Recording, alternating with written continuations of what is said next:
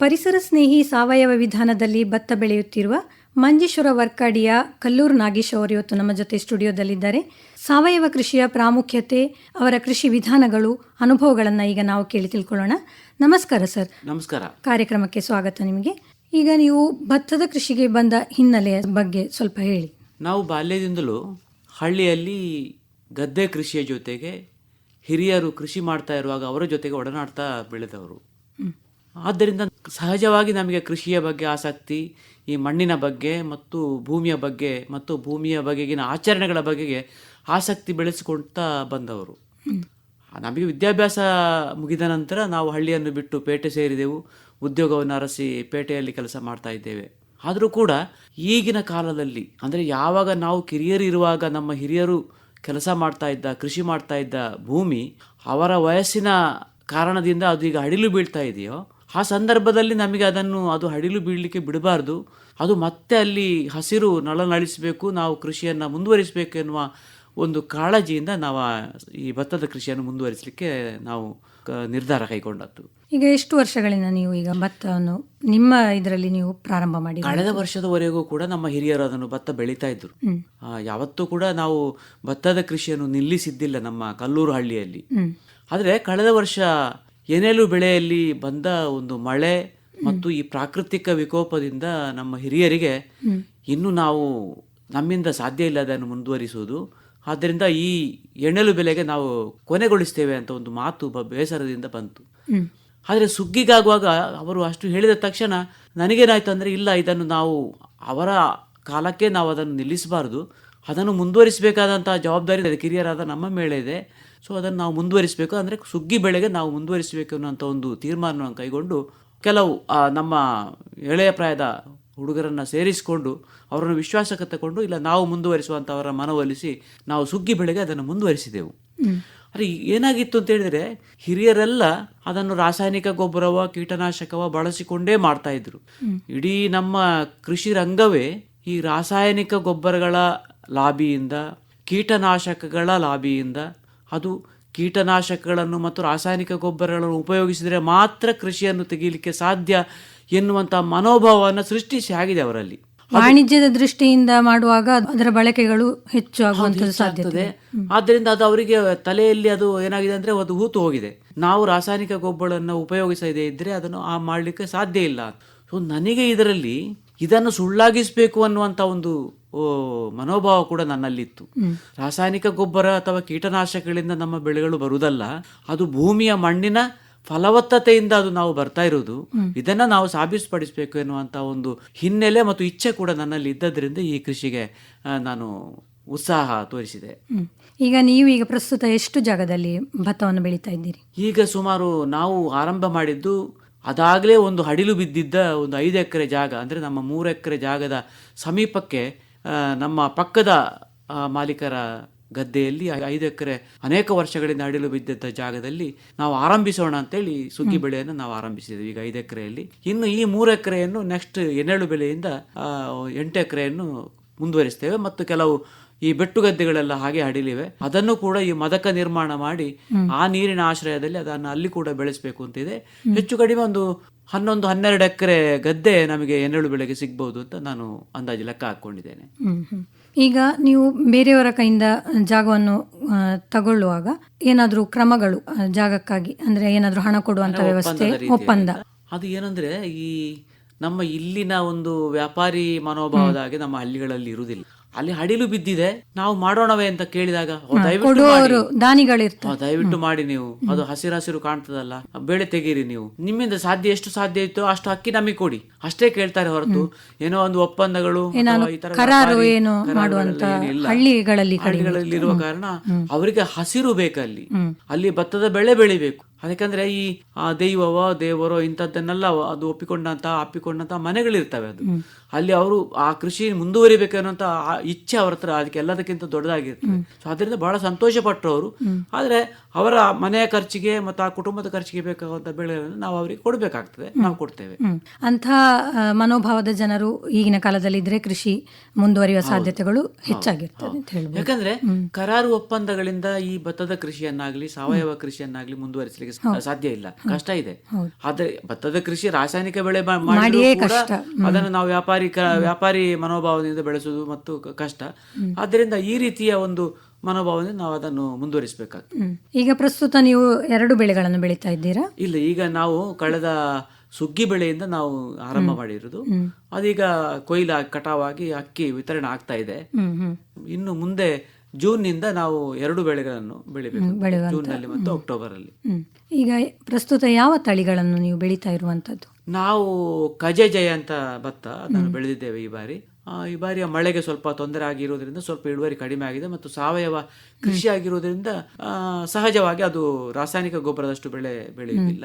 ಅದಕ್ಕೆ ಒಗ್ಗಿಕೊಳ್ಳಿಕ್ಕೆ 2-3 ವರ್ಷ ಸಮಯ ಬೇಕಾದಿತ್ತು. ಆಮೇಲೆ ಈ ಮಣ್ಣಿನ ನಾವು ನಾಶ ಮಾಡಿದಂತಹ ಮಣ್ಣಿನ ಫಲವತ್ತತೆ ಏನಿದೆ ಅದು ಅದರ ಸಹಜ ಸ್ಥಿತಿಗೆ ಬಂದಾಗ ಮತ್ತೆ ನಾವು ಸುಮಾರು 50-60 ವರ್ಷ ಹಿಂದೆ ಇದ್ದಂತಹ ಬೆಳೆ ಯಾವ ರೀತಿಯಲ್ಲಿ ಬರ್ತಾ ಇತ್ತು ಅದು ಬರ್ಲಿಕ್ಕೆ ಸಾಧ್ಯ ಇದೆ.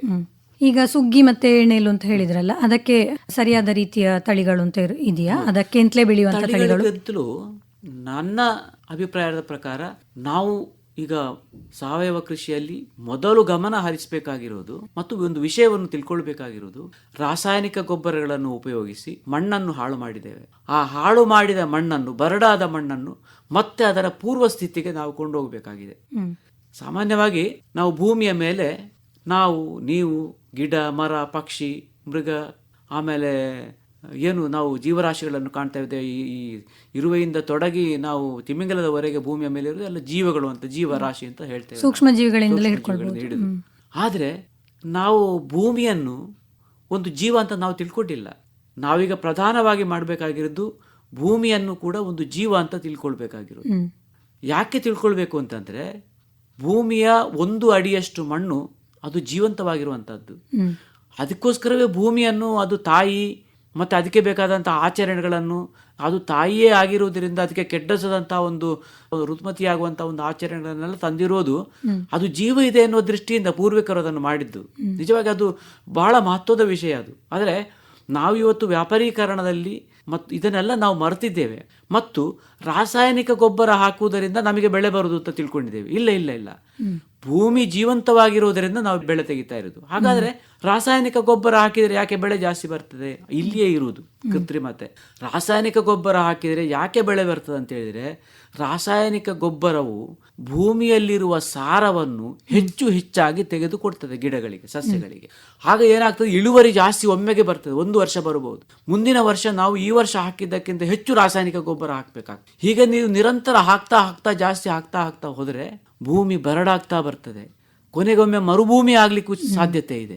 ಇದನ್ನು ನಾವು ಗಮನಿಸಬೇಕಾಗಿದೆ. ಆದ್ದರಿಂದ ನಾವು ಇದನ್ನ ಏನ್ ಮಾಡಬೇಕಾಗಿದೆ, ರಿವರ್ಸ್ ಮಾಡಬೇಕಾಗಿದೆ. ಈ ಬರಡಾಗ್ತಾ ಬಂದ ಭೂಮಿಯನ್ನು ಮತ್ತೆ ಅದರಲ್ಲಿ ಜೀವಕಣಗಳನ್ನ, ಏನು ನ್ಯೂಟ್ರಿಯೆಂಟ್ಸ್ ಅಂತ ಹೇಳ್ತೇವೆ, ಅದನ್ನು ನಾವು ಪುನಃ ಬೆಳೆಸಬೇಕಾಗಿದೆ. ಅದರ ಸಹಜ ಸ್ಥಿತಿಗೆ ನಾವು ತರಬೇಕಾಗಿದೆ. ಆ ನಂತರ ನಾವು ಆ ಇಳುವರಿಯನ್ನ ನಾವು ಪೂರ್ವಿಕರು ಹೇಗೆ ತೆಗೆದುಕೊಳ್ತಾ ಇದ್ರೆ ಅದನ್ನು ನಾವು ಪಡೀಲಿಕ್ಕೆ ಸಾಧ್ಯ ಇದೆ. ಈಗ ನೀವು ಮಾಡುವಂತ ಕೃಷಿ ವಿಧಾನ ಹೇಗೆ? ಅಂದ್ರೆ ಪಾರಂಪರಿಕ ಕೃಷಿಯನ್ನೇ ನೆಚ್ಚಿಕೊಂಡಿದ್ದೀರಾ ಅಥವಾ ಈಗ ಯಂತ್ರಗಳ ಬಳಕೆ ಹೆಚ್ಚಾಗಿ ನಡೀತಾ ಇರುವಂತ ಕಾಲ ಅದರ ಬಳಕೆ ಮಾಡ್ತಾ ಇದ್ದೀರಾ, ಹೇಗೆ? ಖಂಡಿತ ನಾವು ಆಧುನಿಕದಲ್ಲಿ ಯಾವುದನ್ನೆಲ್ಲ ಆವಿಷ್ಕರಿಸಿಕೊಂಡಿದ್ದೇವೋ ಪರಿಸರಕ್ಕೆ ಪೂರಕವಾಗಿ ಮತ್ತು ಪಾರಂಪರಿಕವಾಗಿ ಬಂದಂತಹ ಒಂದು ಬೆಳೆಗಳಿಗೆ ಸೂಕ್ತವಾದಂತಹ ಆಧುನಿಕತೆಯನ್ನು ನಾವು ಖಂಡಿತ ಅಳವಡಿಸಿಕೊಳ್ಬೇಕು. ಇವತ್ತಿನ ಈ ಕಾರ್ಮಿಕರ ಅಭಾವದಿಂದ ಮತ್ತು ನಮಗೆ ಸುಲಭ ಸಾಧ್ಯವಾಗುವ ಹಾಗೆ ಮತ್ತು ಕಡಿಮೆ ಖರ್ಚಿನಲ್ಲಿ ಹೆಚ್ಚು ಇಳುವರಿ ತೆಗೊಳ್ಳುವ ಹಾಗೆ ನಾವು ಖಂಡಿತ ಆಧುನಿಕತೆಯನ್ನು ಒಗ್ಗಿಸಿಕೊಳ್ಬೇಕು. ಉದಾಹರಣೆಗೆ ಈಗ ಉಳುವುದಕ್ಕೆ ಯಂತ್ರಗಳು ಬಂದಿವೆ, ನಾಟಿ ಮಾಡುವುದಕ್ಕೆ ಯಂತ್ರಗಳು ಬಂದಿವೆ, ಕೊಯ್ಲು ಮಾಡುವುದಕ್ಕೆ ಯಂತ್ರಗಳು ಬಂದಿವೆ. ಖಂಡಿತ ಅದನ್ನು ಸ್ವಾಗತಿಸಬೇಕು, ನಾವು ಅಳವಡಿಸಿಕೊಳ್ಬೇಕು ಕೂಡ. ಮತ್ತೆ ಈಗಿನಲ್ಲಿ ಆಧುನಿಕ ತಂತ್ರಜ್ಞಾನ ಏನಿದೆ ಅದನ್ನೆಲ್ಲ ಅಳವಡಿಸಿಕೊಳ್ಬೇಕು. ಆದರೆ ಪಾರಂಪರಿಕ ಜ್ಞಾನವನ್ನು, ಪಾರಂಪರಿಕ ಕೃಷಿಯನ್ನು ನಾವು ಬಿಡಬಾರದು. ಯಾವುದು ಅಂತ ಹೇಳಿದ್ರೆ, ರಾಸಾಯನಿಕ ಗೊಬ್ಬರ ಬೇಡ, ಕೀಟನಾಶಕಗಳು ಬೇಡ. ಇಲ್ಲ, ಪಾರಂಪರಿಕವಾಗಿ ಅವರು ಹೇಗೆ ಬೆಳೆದರೆ ಅದನ್ನು ಮಣ್ಣಿನ ಸಾರವನ್ನ, ಮಣ್ಣಿನ ಫಲವತ್ತತೆಯನ್ನು ಹಾಳು ಮಾಡುವಂತ ಯಾವುದೇ ವಿಧಾನವನ್ನು ನಾವು ಅನುಸರಿಸದೆ ಅದು ನೈಸರ್ಗಿಕವಾಗಿ, ನಿಸರ್ಗ ಸಹಜವಾಗಿ ಬೆಳೆಯುವಂತೆ ನಾವು ಮಾಡಬೇಕಾದ್ದು ಇಂದಿನ ತುರ್ತು ಅದು. ಈಗ ನೀವು ಆವಾಗಲೇ ಹೇಳಿದ್ರಿ ಮಣ್ಣನ್ನು ನಾವು ಜೀವಂತವಾಗಿಡ್ಬೇಕಂತ. ಮಣ್ಣು ಜೀವಂತವಾಗಿಡ್ಲಿಕ್ಕೆ ನೀವು ಅನುಸರಿಸುವಂತಹ ಕ್ರಮಗಳು ಯಾವುವು ನಿಮ್ಮ ಭತ್ತದ ಬೆಳೆಯಲ್ಲಿ? ನಾವು ಈಗ ಏನು ಮಾಡಿದ್ದೇವೆ ಅಂದರೆ, ನಾನು ಈ ಬೆಳೆಯನ್ನು ಬೆಳೆಸುವುದಕ್ಕಿಂತ ಮುನ್ನ ನಾವು ಇದನ್ನು ನಿರ್ಧರಿಸಿದ ಕೂಡಲೇ ಮಣ್ಣು ಪರೀಕ್ಷೆ ಮಾಡಿಸಿದೆ. ಆ ಮಣ್ಣು ಪರೀಕ್ಷೆಯಲ್ಲಿ ಆ ಮಣ್ಣಿನಲ್ಲಿ ಏನೆಲ್ಲ ಇದೆ ಅಂತ ನೋಡುವಾಗ ಅದರಲ್ಲಿ ಎಲ್ಲ ಸಹಜ ಸ್ಥಿತಿ ಅಂತ ಏನಿದೆ ಅದೆಲ್ಲ ಏರುಪೇರಾಗಿ ಕೆಲವು ಅಂಶಗಳು ತೀರಾ ಜಾಸ್ತಿ ಆಗಿದೆ, ಕೆಲವು ಅಂಶಗಳು ತೀರಾ ಕಡಿಮೆ ಇವೆ. ಇದನ್ನ ಸರಿದೂಗಿಸಬೇಕಾದ್ರೆ ನಾವು ಪುನಃ ರಾಸಾಯನಿಕ ಗೊಬ್ಬರ ನಾವು ನಿಶ್ಚಿತ ಮಟ್ಟದಲ್ಲಿ ಕೊಡಬೇಕು ಅಂತ ಒಂದು ವೈಜ್ಞಾನಿಕ ವಿಧಾನ ಇದೆ, ಅದು ಬೇರೆ ವಿಷಯ. ಆದರೆ ನಾವೇನ್ ಮಾಡಿದೇವೆ ಅಂದ್ರೆ, ಯಾವುದೇ ರಾಸಾಯನಿಕ ಗೊಬ್ಬರ ಬೇಡ, ಅದು ತನ್ನಿಂತಾನಾಗಿ ಅದರ ಆ ಮಣ್ಣಿನ ಫಲವತ್ತತೆಯನ್ನು ಸರಿದೂಗಿಸಿಕೊಳ್ಳುವುದಕ್ಕೋಸ್ಕರ ಅದಕ್ಕೆ ಒಂದು ನಾನು ಯೋಚನೆ ಮಾಡಿದಾಗ, ಸಾಮಾನ್ಯವಾಗಿ ನಾವು ಈ ಹಟ್ಟಿ ಗೊಬ್ಬರವನ್ನು ನಾವು ಉಪಯೋಗಿಸಬೇಕು, ಹಸಿರೆಲೆ ಗೊಬ್ಬರವನ್ನು ನಾವು ಉಪಯೋಗಿಸಿಕೊಳ್ಬೇಕಾಗುತ್ತೆ. ಆದರೆ ಆ ಪ್ರಮಾಣದ ಹಟ್ಟಿ ಗೊಬ್ಬರವೂ ಈಗ ಇಲ್ಲ, ಹಸಿರೆಲೆ ಗೊಬ್ಬರವೂ ಈಗ ಲಭ್ಯ ಇಲ್ಲ. ಅಷ್ಟೊತ್ತಿಗೆ ಕಾಡುಗಳೇ ಕಡಿಮೆ ಆಗಿದೆ. ಅಷ್ಟೊತ್ತಿಗೆ ನನಗೆ ಗೋಚರಿಸಿದ್ದು ಡಾಕ್ಟರ್ ಮನೋಹರ ಉಪಾಧ್ಯಾಯರವರು, ಅವರು ಪಶು ಚಿಕಿತ್ಸಕರು. ಅವರ ಬಳಿ ನಾನು ಹೇಳಿಕೊಂಡಾಗ, ಅದನ್ನು ಹುಡುಕಾಡ್ತಾ ಹೋಗಬೇಡಿ, ನಾನೇ ನಿಮಗೆ ಒಂದು ಗೊಬ್ಬರ ತಯಾರಿಸುವುದು ಅಂತಂದು ಹೇಗೆ ಹೇಳಿಕೊಡ್ತೇನೆ, ನಮ್ಮ ಮಣ್ಣಿನ ಫಲವತ್ತತೆಯನ್ನು ಉಳಿಸಿಕೊಳ್ಳುವ ಮತ್ತು ಅದನ್ನು ಬೆಳೆಸಿಕೊಳ್ಳುವ ಒಂದು ವಿಧಾನವನ್ನು ಹೇಳಿಕೊಡ್ತೇನೆ ಅಂತ ಹೇಳಿ ಅವರೇ ತಯಾರಿಸಿದ ಒಂದು ಗೊಬ್ಬರವನ್ನು ಒದಗಿಸಿಕೊಟ್ರು ನಮಗೆ. ಅವರಿಗೆ ಅದಕ್ಕೆ ಬಾಸಲ್ ಡೋಸ್ ಅಂತ ಒಂದು ಹೆಸರಿಟ್ಟಿದ್ದಾರೆ ಅದಕ್ಕೆ. ಅದು ನಮ್ಮ ಕಾಟಿಯ ಸಗಣಿ, ಆನೆಯ ಲದ್ದಿ, ಆಮೇಲೆ ನಮ್ಮ ದನದ ಸಗಣಿ, ಗಂಜಲ, ಇದರಿಂದೆಲ್ಲ ಜೀವಾಮೃತವನ್ನೆಲ್ಲ ಸೇರಿಸಿ ಮತ್ತು ಈ ಪ್ರಾಕೃತಿಕ ಶಿಲಾರಂಜಕ ಮತ್ತು ಸಾರಜನಕ ಇದನ್ನೆಲ್ಲ ಪ್ರಾಕೃತಿಕವಾಗಿ ಸೇರಿಸಿದ ಒಂದು ಗೊಬ್ಬರವನ್ನು ತಯಾರಿಸಿದ್ದಾರೆ. ಅದಕ್ಕೆ ಬಾಸಲ್ ಡೋಸ್ ಅಂತ ಹೆಸರಿಟ್ಟಿದ್ದಾರೆ. ಅದು ಅವ್ರದ್ದು ವ್ಯಾಪಾರ ಅಲ್ಲ, ಅದನ್ನು ಅವರು ಈಗ ಮಾಡಿಟ್ಟಿದ್ದಾರೆ. ಯಾರು ಆಸಕ್ತ ಕೃಷಿಕರು ಬರ್ತಾರೆ ಅದನ್ನು ಉಪಯೋಗಿಸಿಕೊಳ್ಬಹುದು ಅಂತ, ಮತ್ತು ಆ ವಿಧಾನವನ್ನು ಅವರಿಗೆ ನಮಗೆ ಹೇಳಿಕೊಡ್ತಾ ಇದ್ದಾರೆ, ನೀವು ಮಾಡಬಹುದು ಇದನ್ನು. ಸೊ ಆ ಗೊಬ್ಬರವನ್ನು ನಾನು ಉಪಯೋಗಿಸಿದೆ ಈ ಸಲ. ಆದ್ದರಿಂದ ಅದು ಈ ಸಲಕ್ಕಲ್ಲದಿದ್ರು ಮುಂದಿನ ಬೆಳೆಗೆ ಖಂಡಿತ ಅದು ಬೆಳೆ ಅದು, ಯಾಕಂದ್ರೆ ಅವರು ಪ್ರಯೋಗ ಮಾಡಿ ಅದರಲ್ಲಿ ಯಶಸ್ವಿಯಾದಂಥ ಗೊಬ್ಬರ ಅದು. ಅದನ್ನು ಉಪಯೋಗಿಸಿದ್ದೇವೆ. ಮುಂದಿನ ದಿನಗಳಲ್ಲಿ ಅದು ಸಮೃದ್ಧಿ ಬರ್ಬೋದು ಅಂತ ನಾನು ವಿಶ್ವಾಸದಲ್ಲಿದ್ದೇನೆ. ಈಗ ನಿಮ್ಮ ಕೃಷಿಗೆ ನೀವು ನೀರಿನ ಬಳಕೆ ಎಲ್ಲ ಯಾವ ರೀತಿ ಮಾಡುವಂಥದ್ದು? ನಮಗೆ ಪಕ್ಕದಲ್ಲಿ ತೋಡು ಹರಿತಾ ಇದೆ. ಸುಮಾರು ಜನವರಿ ತಿಂಗಳವರೆಗೆ ಅದರಲ್ಲಿ ನೀರಿನ ಹರಿವಿದೆ. ಅದರಿಂದ ಒಡ್ಡು ನಿರ್ಮಿಸಿ ನಾವು ಎರಡೂ ಬೆಳೆಗಳನ್ನ, ಮಳೆಗಾಲಕ್ಕೆ ಅಕ್ಟೋಬರ್ ವರೆಗೂ ಮಳೆ ನೀರಿನ ಆಶ್ರಯದಲ್ಲಿ ಬೆಳೆಯುತ್ತದೆ, ಆಮೇಲೆ ನಾವು ಒಡ್ಡು ನೀರಿನಲ್ಲಿ ಅದು ಬೆಳೀತದೆ. ಹೌದು, ಅದಕ್ಕೆ ನೀರಿನ ಸಮಸ್ಯೆ ಇಲ್ಲ. ಈಗ ಭತ್ತದ ಬೆಳೆ ಅಂತಲ್ಲ, ಯಾವ ಕೃಷಿಗಾದ್ರೂ ಕೀಟ ರೋಗದ ಬಾಧೆಗಳು ಹೆಚ್ಚಾಗಿರುವಂಥದ್ದೇ. ಪ್ರಾಣಿಗಳ ಹಾವಳಿ ಭತ್ತದ ಕೃಷಿಗೆ ಬಹಳಷ್ಟು ಇರುತ್ತದೆ. ಹೇಗೆ ನೀವು ಇದನ್ನು ನಿರ್ವಹಣೆ ಮಾಡುವಂಥದ್ದು? ಈಗ ಪ್ರಾಣಿಗಳ ತೊಂದರೆ ಎಲ್ಲ ಕಡೆ ಕೇಳ್ತಾ ಇದೆ, ಅದು ನಾವು ಸಹಜವಾಗಿ ಕೇಳ್ತಾ ಇದ್ದೇವೆ. ನಾನು ಕೀಟನಾಶಕದ ವಿಚಾರ ನೀವು ಕೇಳಿದ್ರಿ. ಸಾಮಾನ್ಯವಾಗಿ ಮಣ್ಣಿನ ಫಲವತ್ತತೆ ನೈಸರ್ಗಿಕವಾಗಿ ಸರಿಯಾಗಿದ್ದಾಗ ಅಲ್ಲಿ ಕೀಟಗಳ ಬಾಧೆ, ರೋಗಗಳ ಬಾಧೆ ಕಡಿಮೆ ಇರ್ತದೆ. ಯಾಕೆಂದ್ರೆ ಅದು ರೋಗ ನಿರೋಧಕ ಶಕ್ತಿಯನ್ನು ಬೆಳೆಸಿಕೊಂಡಿರ್ತದೆ. ಉದಾಹರಣೆಗೆ ನೀವು ಕಾಡಿನಲ್ಲಿರುವ ಸಸ್ಯಗಳನ್ನು, ಕಾಡಿನಲ್ಲಿರುವ ಬೇರೆ ಬೇರೆ ಹೂಗಳನ್ನು, ಫಲಪುಷ್ಪಗಳನ್ನು ನೋಡಿ, ಆ ರೋಗಗಳನ್ನು ನಿರೋಧಿಸಿ ಅದು ಫಲಗಳನ್ನು ಕೊಡ್ತದೆ. ಅದು ಯಾಕಂದ್ರೆ ರೋಗ ನಿರೋಧಕ ಶಕ್ತಿ ಇರ್ತದೆ ಅದಕ್ಕೆ. ಆದರೆ ನಾವು ಮನುಷ್ಯ ಇದರಲ್ಲಿ ಕೈಯಾಡಿಸಿರೋದ್ರಿಂದ ರೋಗ ನಿರೋಧಕ ಶಕ್ತಿಯನ್ನು ಕಳ್ಕೊಂಡಂತಹ ಬೆಳೆಗಳು ಮತ್ತು ಮಣ್ಣಿನಿಂದ ನಾವು ಅದನ್ನು ನಿರೀಕ್ಷೆ ಮಾಡ್ಲಿಕ್ಕೆ ಸಾಧ್ಯ ಇಲ್ಲ. ಆಗ ನಾವು ರಾಸಾಯನಿಕ ಗೊಬ್ಬರದಿಂದ ಈ ಕೀಟಗಳನ್ನು ನಾಶ ಮಾಡಬೇಕಾಗ್ತದೆ. ಜೊತೆಗೆ ಆಹಾರವನ್ನು ಸೇವಿಸಿದ ನಮ್ಮ ಆರೋಗ್ಯವು ಕೂಡ ಕೆಡ್ತದೆ. ಆದ್ರೆ ಇಲ್ಲಿ ನಾವೇನ್ ಮಾಡಿದ್ವಿ ಅಂದ್ರೆ, ಈ ಸಲ ಬೆಳೆಗೂ ಕೂಡ ನಾವು ಕೀಟನಾಶಕವನ್ನು ಬಳಸಿಲ್ಲ. ಅದೇ ಡಾಕ್ಟರ್ ಮನೋಹರ ಉಪಾಧ್ಯಾಯರವರು ಗ್ರೀನ್ ಫಿಟ್ ಎನ್ನುವಂತಹ ಒಂದು ಕಹಿಬೇವಿನ ಎಣ್ಣೆ ಮತ್ತು ಬೇರೆ ಎಲ್ಲ ಕೆಲವು ಅಂಶಗಳನ್ನು ಉಪಯೋಗಿಸಿ ಒಂದು ನೈಸರ್ಗಿಕ ಒಂದು ಕೀಟನಾಶಕವನ್ನು ತಯಾರಿಸಿದ್ದಾರೆ. ಕೇವಲ ಒಂದು ಸಲ ಮಾತ್ರ ನಮಗೆ ಅದನ್ನು ಕೀಟನಾಶಕ ಉಪಯೋಗಿಸುವಂತ ಸಂದರ್ಭ ಬಂತು. ನಿಜವಾಗಿ ಆ ಗೊಬ್ಬರ ಉಪಯೋಗಿಸಿದ್ರಿಂದಲೋ ಏನೋ, ಸಾಮಾನ್ಯವಾಗಿ ನಮ್ಮ ಬೆಳೆಗಳಿಗೆ 3-4 ಬಾರಿ ಕೀಟನಾಶಕ ಉಪಯೋಗಿಸ್ತಾರೆ. ಈ ಬಾರಿ ನಾವು ಒಂದೇ ಬಾರಿ ಈ ಗ್ರೀನ್ ಫಿಟ್ ಅನ್ನು ಉಪಯೋಗಿಸಬೇಕಂತ ಒಂದು ಸಂದರ್ಭ ಬಂತು ಅಷ್ಟೇ. ಎರಡನೇದು ಈ ಪ್ರಾಣಿಗಳ ಬಗ್ಗೆ. ಪ್ರಾಣಿಗಳನ್ನ ನಾವು ದೂರಿ ಪ್ರಯೋಜನ ಇಲ್ಲ. ಯಾಕಂದ್ರೆ ಈ ಭೂಮಿ ಅಂದ ಮೇಲೆ ನಾವು ಪ್ರಾಣಿಗಳು, ಪಕ್ಷಿಗಳು, ಮೃಗಗಳು ಎಲ್ಲವೂ ಇರ್ತವೆ. ನಾವು ಏನು ಮಾಡಿದ್ದೇವೆ ಅಂತ ಹೇಳಿದ್ರೆ, ನಮ್ಮ ಗುಡ್ಡಗಳನ್ನು, ನಮ್ಮ ಬೆಟ್ಟಗಳನ್ನು ನಾವೇ ನಾಶ ಮಾಡಿದ್ದೇವೆ. ಆ ಬೆಟ್ಟಗಳಲ್ಲಿ ಗೆಡ್ಡೆಗಳು, ಗೆಣಸುಗಳು, ಆಮೇಲೆ ಹಣ್ಣುಗಳು, ಪುಷ್ಪಗಳು, ಇದೆಲ್ಲ ಆಗಬೇಕಾಗಿದ್ದ ಮರಗಳನ್ನೆಲ್ಲ ನಾವು ನಾಶ ಮಾಡಿದ್ದೇವೆ. ಅವುಗಳಿಗೆ ತಿನ್ನಲಿಕ್ಕೆ ಏನಿಲ್ಲ. ಸೊ ನಾವು ಆಹಾರ ಬೆಳೆಗಳನ್ನು ಬೆಳೆದಾಗ ಅದನ್ನು ತಿನ್ನಲಿಕ್ಕೋಸ್ಕರ ನಾವು ಅದು ಕಾಡಿನಿಂದ ನಾಡಿಗೆ ಬರ್ತವೆ. ನನ್ನ ಸಲಹೆ ಇಷ್ಟೇ, ನೀವು ಪಕ್ಕದಲ್ಲಿರುವ ಬೆಟ್ಟಗಳನ್ನ, ಗುಡ್ಡಗಳನ್ನ ಗೆಡ್ಡೆ ಗೆಣಸುಗಳಿಂದ ಮತ್ತು ಆಹಾರಗಳನ್ನು ಮತ್ತು ಹೂವುಗಳನ್ನು ಬಿಡುವಂತಹ ಮರಗಳಿಂದ ಬೆಳೆಸಿ. ಅಲ್ಲಿ ಇಲ್ಲ ಅಂತಾದರೆ ಅದನ್ನು ಖಂಡಿತವಾಗಿ ಬೆಳೆಸಿ. ಯಾಕಂದರೆ ಈ ಸಸ್ಯಶಾಸ್ತ್ರದ ಬಗ್ಗೆ ಗೊತ್ತಿರುವ ಅನೇಕ ವಿಜ್ಞಾನಿಗಳು ಅಥವಾ ಪ್ರೊಫೆಸರ್ಗಳು ಇರ್ತಾರೆ. ಅವರ ಸಲಹೆ ತಗೊಂಡು, ತಜ್ಞರ ಸಲಹೆ ತಗೊಂಡು ನಿಮ್ಮ ಪಕ್ಕದ ಗುಡ್ಡಗಳಲ್ಲಿ ಗೆಡ್ಡೆ ಗೆಣಸುಗಳನ್ನು ಅಥವಾ ಈ ಕಾಡು ಮೃಗಗಳು ತಿನ್ನುವಂತಹ ಹಣ್ಣುಗಳನ್ನು ಬೆಳೆಸುವ ಗಿಡಗಳನ್ನು ಬೆಳೆಸಿ. ಅವುಗಳ ಉಪದ್ರ ತನ್ನಂತಾನೇ ಕಡಿಮೆ ಆಗ್ತದೆ. ಈಗ ನಿಮ್ಮ ಕೃಷಿಗೆ ಸಹಾಯಕರು ಸಿಗ್ತಾರಾ? ಯಾವ ರೀತಿ ಮಾಡುವಂತ ಅದೇ ನಾನೀಗ ಆಧುನೀಕರಣ ಅಳವಡಿಸಿಕೊಳ್ಬೇಕು ಅನ್ನುವಂತ ನಾನು ಇದಕ್ಕೆ ಆ ಅಭಿಪ್ರಾಯವನ್ನು ವ್ಯಕ್ತಪಡಿಸಿದ ಅದಕ್ಕೋಸ್ಕರವೇ. ಖಂಡಿತವಾಗಿಯೂ ಕಾರ್ಮಿಕರು ಸಿಗ್ತಾ ಇಲ್ಲ. ಯಾಕೆ ಸಿಗ್ತಾ ಇಲ್ಲ ಎನ್ನುವಂಥದ್ದು ಅದು ವಿಷಾದದ ಸಂಗತಿ ಅಲ್ಲ, ಸಂತೋಷ ಸಂಗತಿಯೇ. ನಮ್ಮ ಇಲ್ಲಿ ಕಾರ್ಮಿಕರ ಸಂಖ್ಯೆ ಯಾಕೆ ಇಲ್ಲ ಅಂತ ಹೇಳಿದ್ರೆ, ಒಂದು ಕಾಲದಲ್ಲಿ ಕಾರ್ಮಿಕರವಾಗಿ ತಾವೇ ಸ್ವತಃ ದುಡಿಯುತ್ತಿದ್ದ ರೈತರಿಗೆ ಇವತ್ತು ವಯಸ್ಸಾಗಿದೆ, ಅವರ ಮಕ್ಕಳಿಗೆ ವಿದ್ಯಾಭ್ಯಾಸ ಬಂದಿದೆ, ಅವರು ಒಳ್ಳೊಳ್ಳೆ ಉದ್ಯೋಗಗಳಿಗೆ ಹೋಗಿದ್ದಾರೆ ಅಥವಾ ಬೇರೆ ಬೇರೆ ಲಾಭದಾಯಕ ಕೆಲಸಗಳನ್ನು ಮಾಡ್ತಾ ಇದ್ದಾರೆ. ಆದ್ದರಿಂದ ಆ ಕೃಷಿಯ ಕೆಲಸಕ್ಕೆ ಬರ್ತಾ ಇಲ್ಲ ಅವರು, ಖಂಡಿತ ಅವರು ಸಹಜವಾಗಿ ಬರ್ತಾ ಇಲ್ಲ ಅವರು. ಅದಕ್ಕೆ ಅವರು ಏನ್ ಮಾಡ್ತಾರೆ ಅಂತೇಳಿ ಅವರಿಗೆ ಕೈ ತುಂಬಾ ಸಂಬಳ ಬರ್ತದೆ. ಅವರು ತಮ್ಮ ತಂದೆ ತಾಯಿಯನ್ನು ಕೂಡ ನೀವು ಇನ್ನು ಕೆಲಸಕ್ಕೆ ಹೋಗಬೇಡಿ, ಮನೆಯಲ್ಲಿ ಕೂತ್ಕೊಳ್ಳಿ, ಆ ಬಿಸಿಲಲ್ಲಿ ಹೋಗಬೇಡಿ ಅಂತ ಅವರು ಸಹಜವಾಗಿ ಅವರ ಸಾಕಷ್ಟು ಸಂಪಾದನೆ ಇರುವುದರಿಂದ ಬಿಡ್ತಾ ಇಲ್ಲ. ಆದ್ದರಿಂದ ಯಾರು ಈಗ ಕಾರ್ಮಿಕರು ಲಭ್ಯ ಇರ್ತಾ ಇಲ್ಲ. ನಾವು ಹೊರಗಡೆಯಿಂದ ನಾವು ಕಾರ್ಮಿಕರನ್ನ ತಂದು ಕೆಲಸ ಮಾಡುವಂತ ಮಾಡ್ತಾ ಇದ್ದೇವೆ. ಆದ್ರೆ ಅಲ್ಲೂ ಕೂಡ ಇದೇ ಬೆಳವಣಿಗೆ ಆದಾಗ ಮುಂದಿನ ವರ್ಷಗಳಲ್ಲಿ ಅದು ಕೂಡ ಅಭಾವ ಬರಲಿಕ್ಕಿದೆ. ಆದ್ದರಿಂದ ನಾವು ಮಾಡಬೇಕಾದ ಕೆಲಸ ಅಂದ್ರೆ ಆಧುನಿಕ ತಂತ್ರಜ್ಞಾನ, ಆಧುನಿಕ ಯಾಂತ್ರೀಕರಣ ಇದೆ, ಅದನ್ನು ನಾವು ಈ ಕೃಷಿಯಲ್ಲಿ ಉಪಯೋಗಿಸಿಕೊಳ್ಬೇಕು. ಮತ್ತೆ ಅದರತ್ತ ನಾವು ಒಲವನ್ನು ತೋರಿಸಬೇಕು ಮತ್ತು ತಜ್ಞತೆಯನ್ನು ಬೆಳೆಸಿಕೊಳ್ಬೇಕು. ಆ ಯಂತ್ರಗಳನ್ನು ಅಳವಡಿಸಿಕೊಳ್ಳುವುದು, ಅದನ್ನು ಉಪಯೋಗಿಸಿಕೊಳ್ಳುವಂತ ಒಂದು ನೈಪುಣ್ಯವನ್ನು ನಾವು ಬಳಸಿಕೊಳ್ಬೇಕು. ಕಾರ್ಮಿಕರಿಲ್ಲದ ಹೊತ್ತಿನಲ್ಲಿ ನಮ್ಮ ಕೃಷಿಗೆ ನೆರವಿಗೆ ಬಂದವರು ಉಡುಪಿಯಲ್ಲಿ ಒಂದು ಕೇದಾರೋತ್ಥಾನ ಟ್ರಸ್ಟ್ ಅಂತ ಇದೆ. ಅಲ್ಲಿ ರಿಕೇಶ್ ಪೂಜಾರಿ ಅಂತ ಅದರ ವ್ಯವಸ್ಥಾಪಕರಾಗಿ ಅದನ್ನು ನೋಡ್ಕೊಳ್ತಾ ಇದ್ದಾರೆ. ಅವರೇನಂದ್ರೆ ಅವರ ಹತ್ರ ಈ ಉಳುಮೆ ಯಂತ್ರಗಳು, ನಾಟಿ ಯಂತ್ರಗಳು, ಆಮೇಲೆ ನೇಜಿಯನ್ನು ಅವರೇ ಈ ತಟ್ಟೆಗಳಲ್ಲಿ ಮಾಡಿಕೊಡುವುದು, ಇಂಥ ಕೆಲಸಗಳನ್ನೆಲ್ಲ ಮಾಡ್ತಾರೆ. ಅವರ ಉದ್ದೇಶ ಏನಂತ ಹೇಳಿದ್ರೆ, ಆ ಟ್ರಸ್ಟ್ ಇದ್ದು ಹಡಿಲು ಬಿದ್ದಿರುವ ಭೂಮಿಗಳಲ್ಲಿ ಕೃಷಿಯನ್ನ ಮಾಡುವುದು ಅವರ ಉದ್ದೇಶ. ಯಾರು ಮಾಡ್ತಾರೆ ಅವರಿಗೆ ಸಹಕಾರ ಕೊಡ್ತಾರೆ, ಅವರು ಕಾರ್ಮಿಕರನ್ನು ಒದಗಿಸ್ತಾರೆ, ಯಂತ್ರವನ್ನು ಒದಗಿಸ್ತಾರೆ. ಈ ರೀತಿಯಲ್ಲಿ ಅವರು ಒಂದು ಬೆನ್ನೆಲುಬಾಗಿ ಕೃಷಿಕರಿಗೆ ನಿಲ್ತಾರೆ, ಒಂದು ಒಳ್ಳೆ ಕೆಲಸಗಳನ್ನು ಮಾಡ್ತಾ ಇದ್ದಾರೆ. ಸೊ ನಾವು ಕೂಡ ಅವರಿಂದ ಆ ನೆರವನ್ನು ತಗೊಂಡಿದ್ದೇವೆ ಮತ್ತು ನಾವು ಒಂದು ಧೈರ್ಯವನ್ನು ಕೂಡ ತಗೊಂಡಿದ್ದೇವೆ ಅವರಿಂದ. ಈಗ ಭತ್ತದ ಕೃಷಿ ಅಂತ ಹೇಳುವಾಗ ಈಗ ಕೃಷಿ ಇಲಾಖೆಯಿಂದಲ್ಲ ಯೋಜನೆಗಳು ಏನಾದರೂ ಇರ್ತದಲ್ಲ, ಅದರ ಫಲಾನುಭವಿಯಾಗಿದ್ದೀರಾ? ಅದರ ಬಗ್ಗೆ ಸ್ವಲ್ಪ ವಿವರಣೆ ಕೊಡಿ. ಈಗ ನಾವು ಸಾವಯವ ಬೆಳೆ ಮತ್ತು ಈ ಭತ್ತದ ಕೃಷಿಯನ್ನು ನಾನು ವೈಯಕ್ತಿಕವಾಗಿ ಮಾಡಲಿಕ್ಕೆ ತೊಡಗಿದ್ದು ಈ ವರ್ಷ. ಆದ್ದರಿಂದ ನನಗೆ ಈ ಸರ್ಕಾರದ ಸವಲತ್ತುಗಳನ್ನು ತಗೊಳ್ಳುವಂತ ಮತ್ತು ಅವುಗಳಿಗೆ ಬೇಕಾದಂತ ನಾನು ಮಾಹಿತಿಗಳನ್ನು ಕೊಡಬೇಕಾದಂತ ಓಡಾಟಕ್ಕೆ ನನಗೆ ಸಮಯ ಇರಲಿಲ್ಲ. ಯಾಕಂದ್ರೆ ನಾನು ಇಲ್ಲಿ ಮಂಗಳೂರಲ್ಲಿ ಪ್ರಕಾಶಕನಾಗಿ ದುಡಿತಾ ಇರೋದ್ರಿಂದ ನನಗೆ ಎಲ್ಲದಕ್ಕೂ ಓಡಲಿಕ್ಕೆ ಸಮಯಾವಕಾಶ ಇಲ್ಲದ್ರಿಂದ ನಾನು ಅದಕ್ಕೆ ಹೋಗಿಲ್ಲ. ಆದ್ರೆ ವಸ್ತು ವಿಷಯ ಏನು ಅಂತ ಹೇಳಿದ್ರೆ, ಕೇರಳ ಸರ್ಕಾರ ಮತ್ತು ಇಲ್ಲಿ ಕರ್ನಾಟಕ ಸರ್ಕಾರ ಕೂಡ ಕೃಷಿ ಇಲಾಖೆಯಲ್ಲಿ ಸಾಕಷ್ಟು ಸೌಲಭ್ಯಗಳನ್ನು ಕೃಷಿಕರಿಗೆ ಕೊಡ್ತಾ ಇದೆ. ಅದು ಕೇರಳ ಸರ್ಕಾರದ ಮತ್ತು ಕೇಂದ್ರ ಸರ್ಕಾರದ ಸಾವಯವ ಕೃಷಿಗೆ ಬೇರೆ ಬೇರೆ ರೀತಿಯ ಸವಲತ್ತುಗಳನ್ನು ಒದಗಿಸ್ತದೆ. ಕೇರಳ ಸರ್ಕಾರ ಸಬ್ಸಿಡಿ ಒದಗಿಸ್ತದೆ. ಪ್ರಾಕೃತಿಕ ವಿಕೋಪ ಇರಬಹುದು ಮತ್ತು ಯಂತ್ರಗಳನ್ನ ಒದಗಿಸುವಂತದ್ದು ಇರಬಹುದು, ಅಥವಾ ಒಂದು ಸಮೂಹ ಕೃಷಿ ಪದ್ಧತಿಯನ್ನ ಮಾಡಿದಂತಹ ವಿಧಾನಗಳಿರಬಹುದು. ಇಂಥದ್ರಲ್ಲಿ ಅನೇಕ ಪ್ರೋತ್ಸಾಹ ಸೌಲಭ್ಯಗಳನ್ನ ಕೇರಳ ಸರ್ಕಾರ ಈ ಕೃಷಿ ವಿಶೇಷವಾಗಿ ಭತ್ತದ ಕೃಷಿಗೆ ಕೊಡ್ತಾ ಇದೆ. ಆದ್ದರಿಂದ ಮುಂದಿನ ದಿನಗಳಲ್ಲಿ ಅದನ್ನು ನಾವು ನಮ್ಮ ಕೃಷಿಗಳಲ್ಲಿ ಅಳವಡಿಸಿಕೊಳ್ಬೇಕು ಅಂತ ಇದ್ದೇನೆ. ಈಗ ನಾವೀಗ ಸರಿಯಾಗಿ ಬೆಳೆ ಬೆಳೆದ್ರೆ ಒಂದು ಎಕರೆಯಲ್ಲಿ ಎಷ್ಟು ಉತ್ಪತ್ತಿಯನ್ನು ನಾವು ಪಡ್ಕೊಳ್ಬಹುದು? ಆ ಕೃಷಿ ಇಲಾಖೆಯ ಪ್ರಕಾರ ಭತ್ತದ ಬೆಳೆಗೆ ಎಕರೆಗೆ 22 ಕ್ವಿಂಟಾಲ್ ಭತ್ತ ಬೆಳಿಬೇಕು.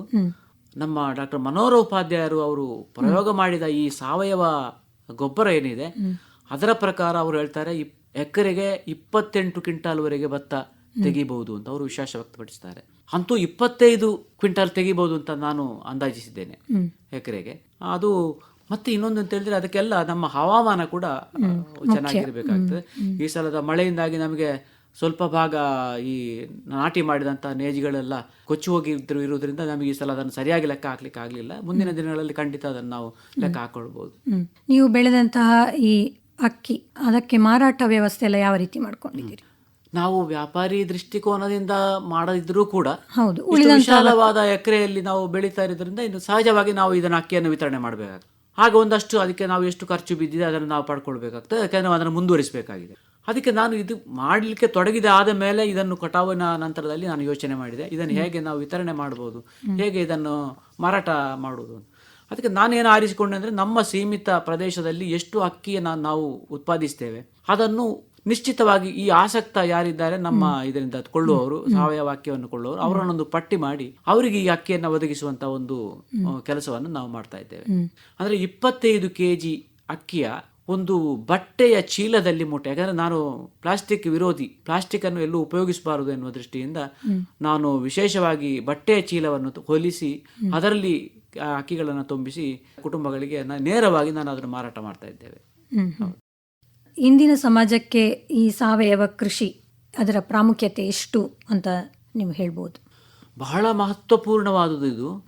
ವಿಜ್ಞಾನಿಗಳ ಪ್ರಕಾರ ಈ ರಾಸಾಯನಿಕ ವಿಷಗಳನ್ನು, ಕೀಟನಾಶಕಗಳನ್ನು, ಮಾಲಿನ್ಯಕಾರಕ ಕೈಗಾರಿಕೆಗಳನ್ನು ಈ ರೀತಿ ನಾವು ಅನೈಸರ್ಗಿಕವಾಗಿ ನಾಗರಿಕತೆಯನ್ನು ಮುಂದುವರಿಸಿದ್ದರಿಂದಾಗಿ ಇವತ್ತು ಉತ್ತರ ಕರ್ನಾಟಕದ ಭಾಗಗಳು ಮುಂದಿನ ಭವಿಷ್ಯದ ವರ್ಷಗಳಲ್ಲಿ ಮರುಭೂಮಿಯಾಗುವ ಲಕ್ಷಣಗಳನ್ನೆಲ್ಲ ಹೊಂದಿವೆ ಅಂತ ಹೇಳ್ತಾರೆ ವಿಜ್ಞಾನಿಗಳು.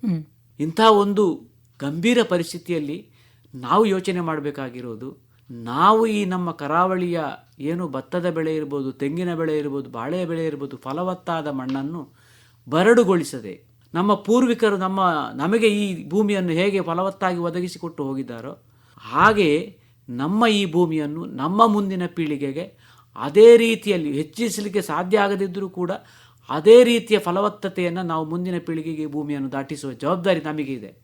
ಆ ಹಿನ್ನೆಲೆಯಲ್ಲಿ ನಾವು ಎಲ್ಲರೂ ಕೂಡ ರಾಸಾಯನಿಕ ಮುಕ್ತ, ವಿಷಮುಕ್ತ ಕೃಷಿಯನ್ನು ಕೈಗೊಳ್ಳಲೇಬೇಕು. ಈ ಭೂಮಿಯ ಫಲವತ್ತತೆಯನ್ನು ಅಥವಾ ಕಳಕೊಂಡದ್ದಿದ್ದರೆ ಆ ಕಳಕೊಂಡ ಫಲವತ್ತತೆಯನ್ನು ಮರುಪೂರ್ಣ ಮಾಡುವುದರ ಮೂಲಕ ಭೂಮಿಯನ್ನು ಫಲವತ್ತು ಮಾಡಬೇಕಂತ ಜವಾಬ್ದಾರಿ ನಮ್ಮ ಎಲ್ಲರ ಮೇಲಿದೆ. ಒಂದು ಇದು ಭೂಮಿಯ ಬಗೆಗೆ ಆದರೆ, ಎರಡನೇದಾಗಿ ಎಲ್ಲರಿಗೂ ಕೂಡ ವಿಷಮುಕ್ತ ಆಹಾರವನ್ನು ಕೊಡಬೇಕಾದಂಥ ಜವಾಬ್ದಾರಿ ನಮ್ಮ ಮೇಲಿದೆ. ಮತ್ತೊಂದು ಅಂಥ ಒಂದು ಸದುದ್ದೇಶವನ್ನು ನಾವು ಹೊಂದಿರಬೇಕಾಗ್ತದೆ.